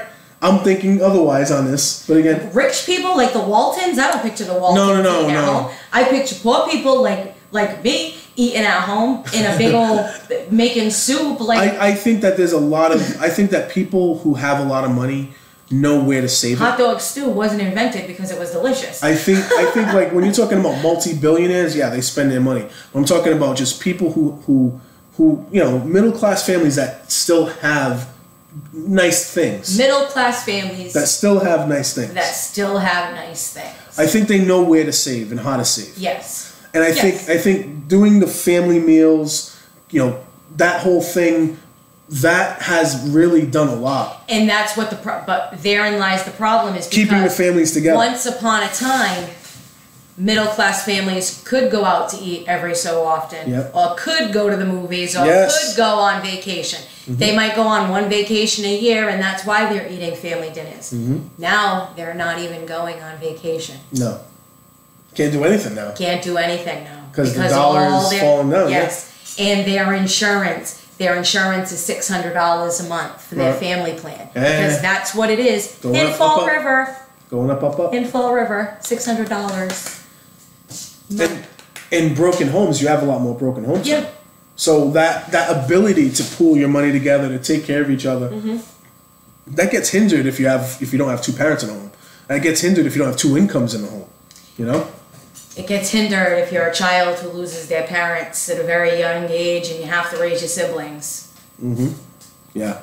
There's a lot of circumstances that people don't realize. That's why when I hear people talk and they lump everybody in, and it's like what we were talking earlier, that like it's a cultural thing. Like, man, if you could have been raised with me, you would have been like, wow, they have American pride. Like 4th of July was like huge for my family. All of the kids we'd march. They had us march like we were in the military from Bay Street up to Kennedy Park to our blanket. Immigrants were grateful to be in this country. Yes. At one point in time. Yes. They were treated with respect. And I guess I was lucky enough to experience their first generation Americans. I was lucky enough to experience what they went through. And literally, when I was a little kid, I would stay in the room when they would all talk Portuguese, and they would tell me to leave the room.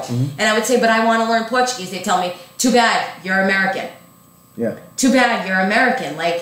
So to me, when I to hear somebody talk about it, I get very emotional. Yeah. I get very emotional about it, and I'm like, my family loves this country and this buffoon. You're backing this buffoon who's talking bad about John McCain? Like, what the hell is wrong with you? I got thrown in, and then what happens is if you're a supporter of Trump, you jump on that side.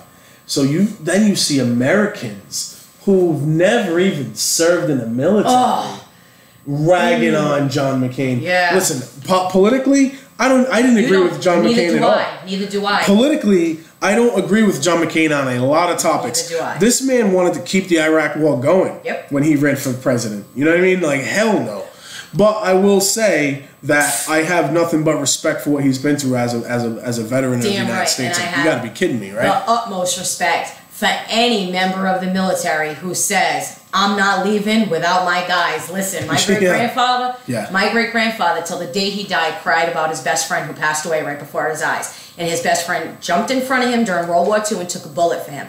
Watched my great-grandfather bawl his eyes out my whole entire life every time he talked about that story. How could you not? How dare you, the President of the United States, are going to come down on a man who left nobody behind. And he was someone who ducked war too. Yeah. Himself. More than once. So, going back to the shot spotter, we went off on a tangent, but that was a fun tangent. The $120,000 a year gunshot detection system, although I don't think it cost us any money. We didn't pay for that, right? I believe we do pay for that. You pay for that? I thought it was free. No. I thought someone said it was free. I don't remember someone saying that. Anyway, the California-based company decided it could no longer offer its service to the city for free. There you go. Right. After police and administration officials balked at funding a system they said worked less than 50% of the time and even missed all 7 shots that were fired when a man was killed 2 months ago in downtown Fall River. I think that's someone correcting us and saying it was for free. No? Yeah? Yeah. Yeah. No, this isn't anybody. Okay. This is... The company had asked for the chance to bring it up to par where we needed it to be, but we saw little improvement with it in the past 8 to 9 months. So this was supposed to be like a pilot system, sort of, that if we liked it, if we thought it was good for the city, then we might want to pay for it. But it never really worked out for us. My thing with it is I actually liked it because I didn't, like when they say that it wasn't right or it didn't pick up, I listen to the scanner a lot. And in the times that I listen to the scanner and the shot spotter hears something, it's something that sounds like a gunshot. Mm-hmm. A car backing up, right. Fireworks. Right. Don't we want it to, like, it can't differentiate. Mm-hmm. How do we expect that to differentiate between mm-hmm. the two? And we live in an area where not many people are calling the police to say that a gunshot, they heard a gunshot or whatever. Because even I doubt it sometimes. Sometimes mm-hmm. I'll hear a gunshot and then I'm like, ooh, was that a gunshot or was it not? So if we, you know what I mean? I don't always call into the police station. Says, I told them I was disappointed. I guess Shot Spotter shut the system off a few days ago following a meeting last week between a company representative, Dupree, and Dupree is Al Dupree, the police chief of Fall River. Dupree and Mayor Jason Cray, who criticized the company for walking away instead of keeping the system in place and working to improve it. Jason Cray, I told them I was disappointed in Shot Spotter. I told them it's a shame for them to not at least use Fall River for publicity while they try to make their product work as best they could. He also added that the system for now is not worth the investment. It's a costly system that isn't working to the effectiveness that we need it to work in order to justify the cost. Okay.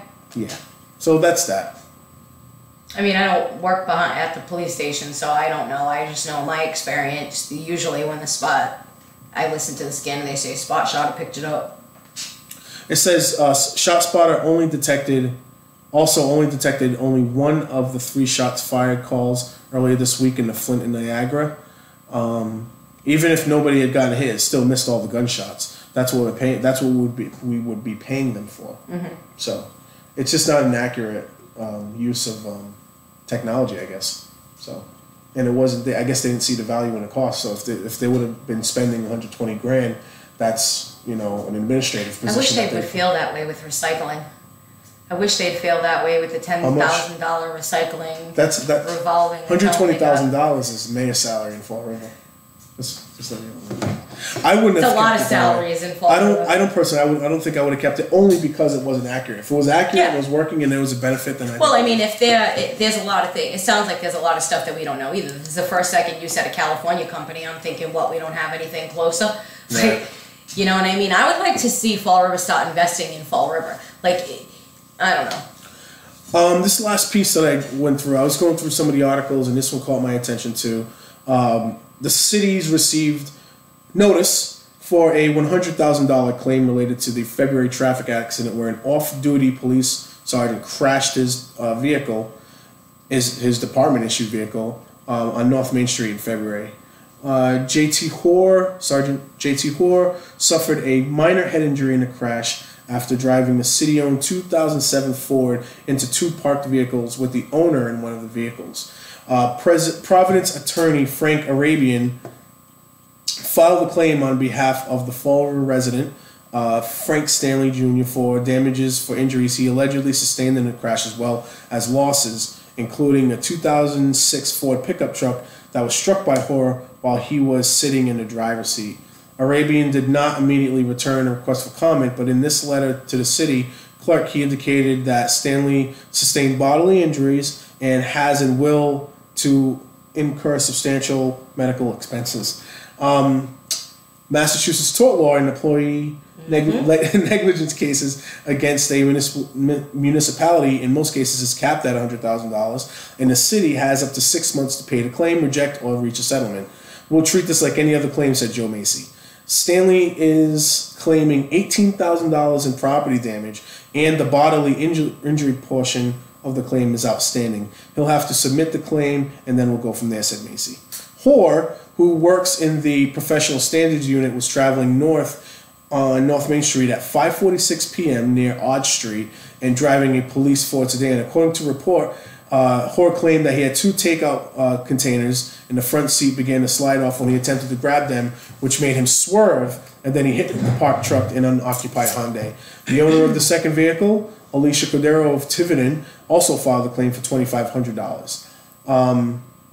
Last year, Hoare was one of the 2 police officers honored for their actions during a 2016 shooting in Tiverton, where an 80-year-old man was shot and killed after shooting another man to death. You gotta remind everybody about something good that he did, because people be pissed off that it was takeout containers sliding off a seat that are gonna cost the city $100,000 or $200,000. Mm-hmm. So that's that, my friends. We're at 2:03. I think we did pretty well today. Mm-hmm. Me and you, no Derek today. I'm sure he'll be back soon. Next week, I think I'm going to have someone who requested to come on the show with us. Ooh. Mr. Jeffrey G. Jeffrey you should have just had it be a surprise. I mentioned it like a couple weeks ago. Oh. Right? So I will say this. He helped me on my campaign. So just so you know, I don't think he's going to be talking about any of that, but I just want to let you know that that did happen, just for disclosure purposes, because I don't want no Sean Hannity stuff coming my way. And, we're not going to talk about my campaign or anything like that. But I just want to mention that he is someone that has supported the campaign. But he did ask to come on the show, and he likes to listen, and I have no problem with him coming on. I think he's been involved with, he likes to listen to Spindle City Straight Talk. He listens to them quite often. And I think he just has his own views, and I think he just wanted to talk and sit with us for a couple hours and do his thing. So he took time out of work. He switched some hours around work in order to do it. Oh, that's so cool. Yeah. All right, cool. Got no problems with that. Yeah, got no problems with that. So, all right, everybody. This was a good one. I like all the shows we do. And y'all have a great day. He likes the ones he does alone better. No. Probably. I don't get laughed at and ridiculed. Y'all take care now.